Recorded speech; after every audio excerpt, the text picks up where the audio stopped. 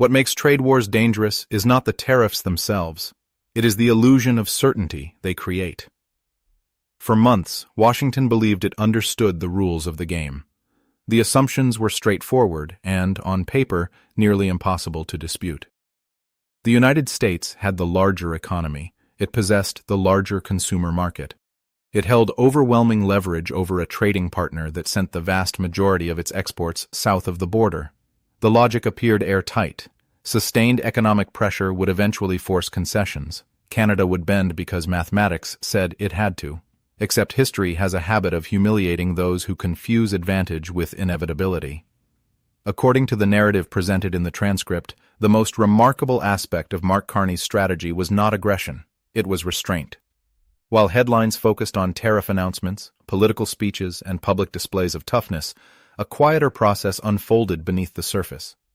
Instead of trying to defeat the United States in a direct confrontation, Carney allegedly pursued something far more sophisticated, changing the structure of the contest itself. There is an old principle in strategy that says the greatest victories are achieved before the battle is recognized. The opponent wakes up one morning to discover that the battlefield has shifted beneath their feet. The terrain they had relied upon no longer exists. The assumptions guiding every previous move have expired. That is the image painted by this account. The United States entered the dispute believing time was its greatest weapon. Canada entered believing time could become its shield. America's logic was built around pressure. The longer tariffs remained in place, the greater the economic pain inflicted upon Canadian industries. Eventually, domestic pressure inside Canada would become unbearable. Political leaders would seek compromise. Concessions would follow. But what if every month that passed strengthened Canada instead? What if delay itself became a tool of resistance? According to the analysis, Carney's approach rested on 6 interconnected pillars. The first was diversification. For decades, Canada's dependence on the American market was viewed as a natural extension of geography. Nearly 4/5 of Canadian exports flowed south. Integration brought efficiency. Efficiency brought prosperity. But efficiency can also become vulnerability. The moment trade becomes a weapon, dependence transforms into exposure. If alternative markets could be developed through Europe, the United Kingdom, Japan, Australia, and other partners, then every percentage point shifted away from American reliance represented more than new revenue. It represented freedom. It reduced the effectiveness of coercion. The second pillar involved international institutions. Trade disputes rarely occur in isolation. They shape reputations. WTO proceedings do not simply determine legal outcomes. They establish narratives. They influence how allies perceive reliability and predictability. A country seen as violating established norms may discover that future negotiations become more difficult, trust becomes more fragile, and diplomatic capital becomes more expensive to spend. The legal process itself becomes part of the battlefield. Third came procurement. Government purchasing power rarely captures public imagination, but it quietly influences billions of dollars in economic activity.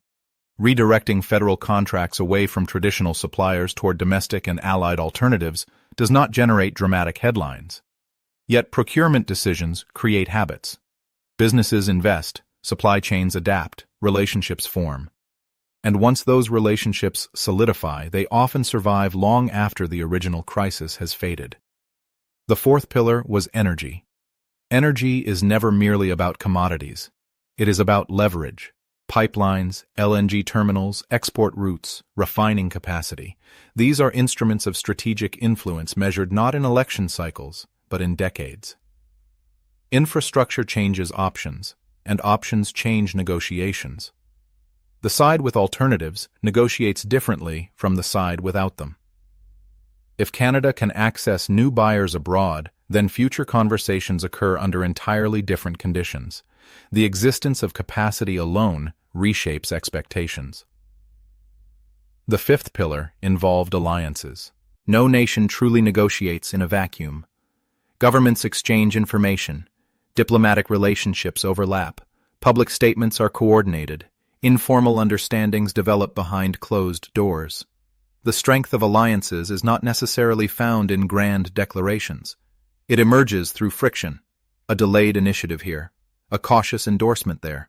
a subtle signal that one country will not stand entirely alone. The larger power may still possess superior resources, but the costs of escalation begin accumulating from multiple directions. Then comes the sixth pillar, time, perhaps the most underestimated resource in modern politics. Democratic systems often reward urgency. Leaders are pressured to produce immediate victories, visible achievements, and measurable results. The 24-hour news cycle encourages reaction rather than endurance. Patience rarely generates applause. But patience compounds. If alternative markets deepen over time, if legal proceedings advance over time, if procurement shifts become entrenched over time, if infrastructure projects progress over time, if alliances strengthen over time, then every passing month subtly alters the balance. Pressure that once looked decisive begins to lose effectiveness. The strategy designed to force surrender instead creates adaptation. This is where the story becomes less about economics and more about psychology. Because the greatest strategic failures often occur not from ignorance, but from certainty. The United States may have believed it understood Canada's breaking point. Canada may have understood something else entirely, that resilience can be cultivated. The transcript repeatedly returns to one theme, the distinction between patience and weakness.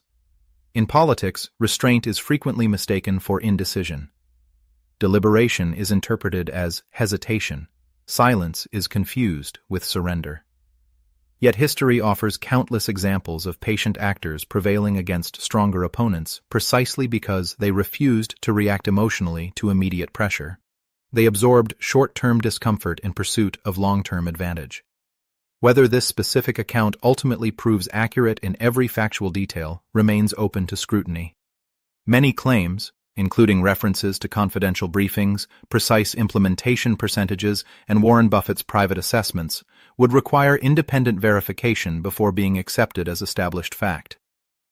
Trade relationships are extraordinarily complex, and no single narrative captures the entirety of their dynamics. But as a framework for understanding strategy, the lesson resonates. Economic power is not static. Leverage is not permanent. Size alone does not guarantee victory.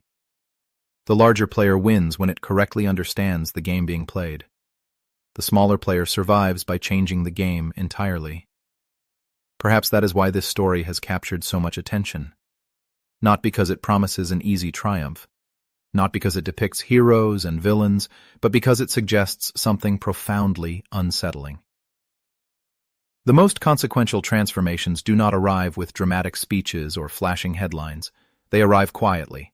A contract signed, a market opened, an alliance strengthened, a shipment redirected, a legal filing submitted, a pipeline approved, a percentage point reduced.